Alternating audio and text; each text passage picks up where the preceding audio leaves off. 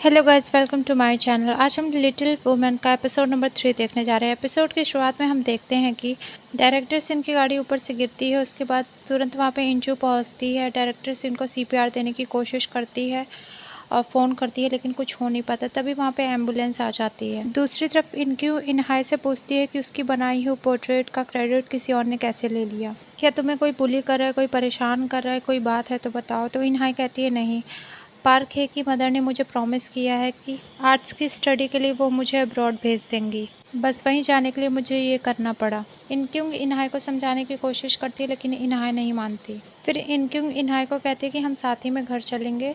तो इनहाई इनक्युंग को कहती है कि मुझे कहीं और जाना है। और तब इनक्युंग को पता चलता है कि पार्क ह्यूरेन पेंटिंग जीतने की खुशी में एक पार्टी रख रही है, जिसमें इनहाई गई है। उसके बाद इनक्युंग पार्क ह्यूरे की पार्टी में पहुंच जाती है। उसे अंदर नहीं जाने दिया जाता। पार्क ह्यूरेन पार्क जयसेंग की बेटी थी, तो वो भी दूर खड़ा होकर देख लेता है कि ये रिपोर्टर अंदर आने की कोशिश कर रही है।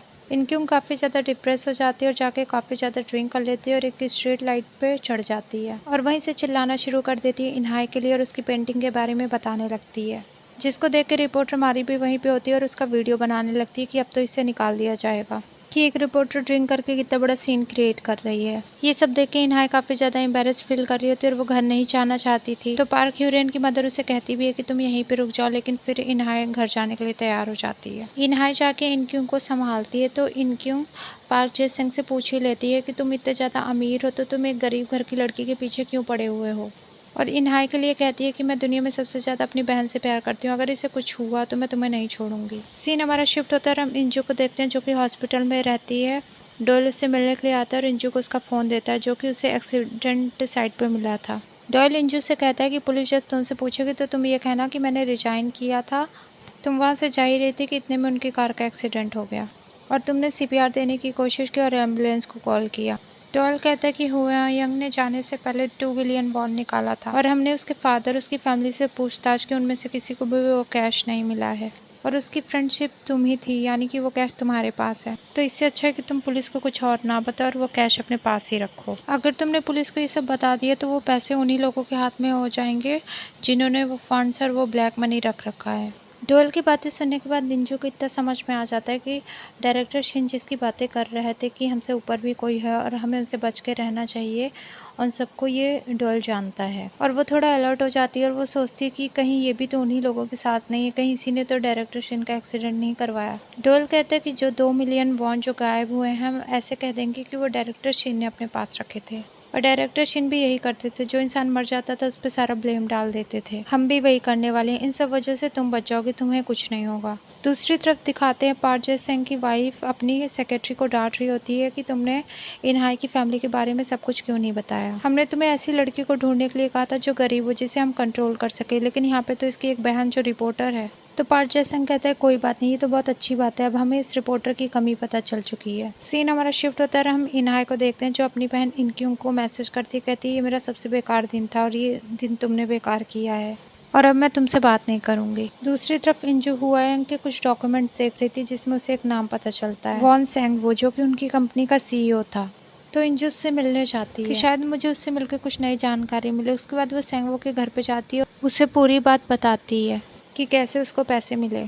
इंजू कहती है मैंने कभी इतना ज़्यादा पैसों के बारे में नहीं सोचा कि मुझे इतने ज़्यादा पैसे मिल जाएंगे। मेरे छोटे छोटे सपने थे, लेकिन कभी इतना नहीं सोचा था कि मुझे इतने पैसे के लिए मुझे इतना कुछ फेस करना पड़ेगा जो मैं अभी फेस कर रही हूँ। सेंगवू कहता है जब मैं सीईओ बना था तो मुझे भी ये सब कुछ पता चला था और मैंने अपने फादर पे केस किया था कि वो ये सब कुछ फंड चुरा रहे हैं। तो ये काम कभी भी रुकेगा नहीं, ये काम एक सर्कल की तरह चल रहा है, आज कोई और कर रहा है, कल कोई और करेगा। अगर तुम इन पैसों को वापस भी करोगे तो ये पैसे उन्हीं लोगों को मिल जाएंगे जो ये सब काम कर रहे हैं।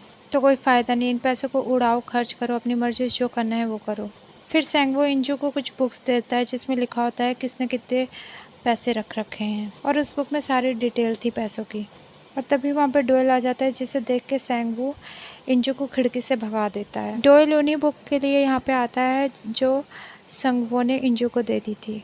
उसके बाद डोयल सब जगह देखता है, लेकिन वो बुक्स कहीं भी नहीं मिलती और कुछ भी नहीं मिलता। तभी उसे वहाँ पे इंजू का फ़ोन पड़ा हुआ मिल जाता है और वो खिड़की से देखता है तो इंजू भाग रही होती है। सीन हमारा शिफ्ट होता है, हम देखते हैं पार्क फैमिली में मेयर इलेक्शन के लिए एक वीडियो शूट हो रहा होता है और पार्क जयसेंग ये बता रहा होता है कि उसने अपने फादर इन लॉ से क्या क्या सीखा है। और वहीं पे इन्हाई भी होती है। उनकी फैमिली को देख के इन्हाई भी कॉम्प्लीमेंट देती है कि मैं भी बड़े होकर ऐसे ही बनना चाहती हूँ। दूसरी तरफ हम देखते हैं इंजू बस का वेट कर रही होती है, तभी वहाँ पे डोयल आ जाता है और उसे अपनी कार में बैठा लेता है और वो उसको बताता है कि सेंगवू ने उसे वो बुक क्यों दी है जिसमें सबका नाम है, क्योंकि वो पार्क फैमिली से बदला लेना चाहता है, क्योंकि उसके फादर ने अपने सन इन लॉ को चुना अपने बेटे को छोड़ के, और इसलिए वो उनसे बदला लेना चाहता है। इसलिए उसने ये बुक्स तुम्हें पकड़ा दी कि ये बदला अब तुम लो, जिससे पार्क फैमिली बर्बाद हो जाए, उससे कुछ करना भी ना पड़े। इंजू डॉल से एक डील के लिए कहती है कि चाहे तुम ये 2 बिलियन वॉन रख लो, लेकिन मुझे अपनी सेफ्टी चाहिए। तो डॉल कहता है बस 2 मिलियन वॉन? तुम्हें पता भी है तुम कितनी बड़ी प्रॉब्लम में हो और इन बुक्स के द्वारा मैं ढेर सारे पैसे कमा सकता हूँ, इसलिए हम ऐसे डील करते हैं जिसमें 50 तुम्हारा 50 मेरा। डॉल कहता है तुम एक तूफान की तरह, तुम जहाँ भी जाती हो उसका रुख मोड़ देती हो। और वो इंजू की इसलिए भी हेल्प करना चाहता था क्योंकि वो हुआयंग को अपनी फ्रेंड मानता था, लेकिन वो उसे नहीं बचा पाया, इसलिए वो इंजू को बचाना चाहता था। फिर दोनों एक साथ काम करने के लिए तैयार हो जाते हैं। सीन हमारा शिफ्ट होता है, हम इनक्यूंग को देखते हैं जो कि जोंगहो से बात कर रही होती है। तभी उसे उस आदमी का कॉल आता है जिसके फ्यूनरल पे गई थी और उसके छोटे भाई को अपना कार्ड दे के आई थी। वो इनक्यूंग को मिलने के लिए बुलाता है, उसके बाद इनक्यूंग उससे मिलने के लिए जाती है। वो इनक्यूंग को एक पेन ड्राइव देता है जिसमें सीसीटीवी फुटेज थी 4 साल पहले, जिसमें विक्टिम सुसाइड करने से पहले एक ब्लू कलर से दिखाते हैं, उसे स्मेल कर रहा होता है। जोंगहो और इनक्यू इस वीडियो को देख रहे थे, उन दोनों को नहीं समझ में आता कि ये स्मेल किस चीज को कर रहा है। वो लोग सोच रहे होते कि उनकी नजर उस ब्लू ऑर्किड पे पड़ती है जो कि जोंगहो उस एक्सीडेंट साइट से लेके आया था, और वो लोग ध्यान देते हैं तो वो आदमी उस ऑर्किड को ही स्मेल कर रहा होता है। और ये वही केस होता है जिसमें पार्क जे-सेंग इन्वॉल्व होता है। सीन हमारा शिफ्ट होता है, हम इंजू को देखते हैं जो कि इनहाई को कुछ पैसे देती है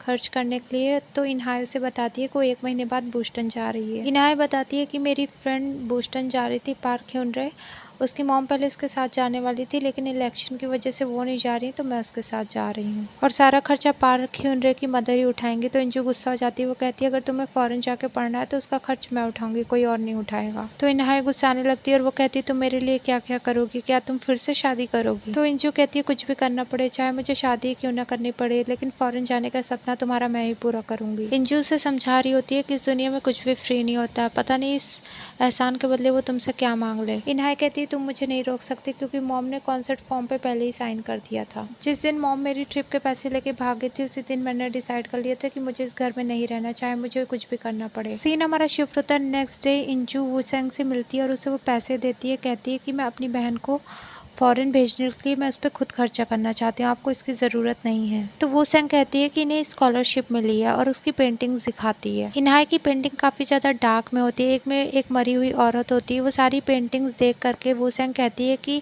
इससे पता चलता है कि वो कितनी ज़्यादा दुखी है। ये सब सुन के इंजू के पास कुछ कहने के लिए होता नहीं है, तो वो वहाँ से चली जाती है। उसके जाने के बाद वो सेंग सोचती है अगर ये लोग इतना गरीब है तो इसके पास इतने महंगे शूज़ कहाँ से है और इसके पास इतने पैसे कहाँ से है मुझे देने के लिए।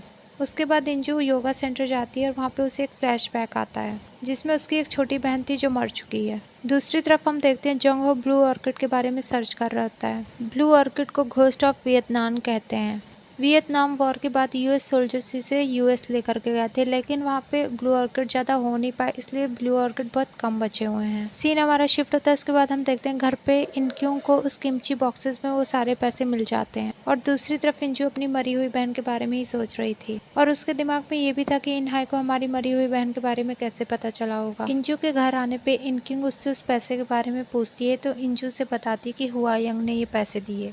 इनक्यूं कहती है चोरी है, इसे हम नहीं रख सकते। तो इंजू कहती है किसी के भी मनी नहीं है, अब इसे हम ही रखेंगे, ये हमारे हैं। इनक्यूं कहती है इसी पैसे की वजह से तुम्हारी फ्रेंड मारी गई, तुम्हें भी कुछ खतरा हो सकता है। तो इंजू कहती है जब हम छोटे थे हमारे पापा की दुकान बंद हो गई थी, तो एक रात हम घर से भाग गए थे, उस टाइम याद है इनक्यूं हमारी एक छोटी बहन थी। तो इनक्यूं कहती है इनहाई, तो इंजू कहती है नहीं। इंजू कहती है हमारी एक और बहन थी जो उस समय 2-3 साल की थी, वो काफ़ी ज़्यादा बीमार चल रही थी और हमारे पास उस समय इतने पैसे नहीं थे और हम उसका इलाज नहीं करा सके और इसी चक्कर में वो मर गई। तो इनक्यूं कहती है उसके बारे में तो मुझे कुछ भी याद नहीं। तो इंजू कहती है उस टाइम तुम 6 साल की थी और मैं 8 साल की थी और तभी से मॉम थोड़ी परेशान रहने लगी थी, डैड ने ड्रिंकिंग शुरू कर दी थी और तुम्हें आंट के पास भेज दिया गया था और उसके बाद हमने इस बारे में कभी भी बात नहीं की और तभी से मैंने डिसाइड कर लिया था कि पैसे के बिना इंसान मर जाता है और तब से मैं सोचती थी हमारे घर में किसी भी तरह से पैसे आ जाएं, चाहे डैड को चोरी ही क्यों ना करनी पड़े, किसी भी तरह से पैसे आ जाएं। पैसे की वजह से ही मैंने एक पॉर्न आर्टिस्ट से शादी की, पैसे की वजह से तुम आगे नहीं बढ़ पाई और पैसे की वजह से इनहाई को ऐसी जिंदगी जीनी पड़ रही है।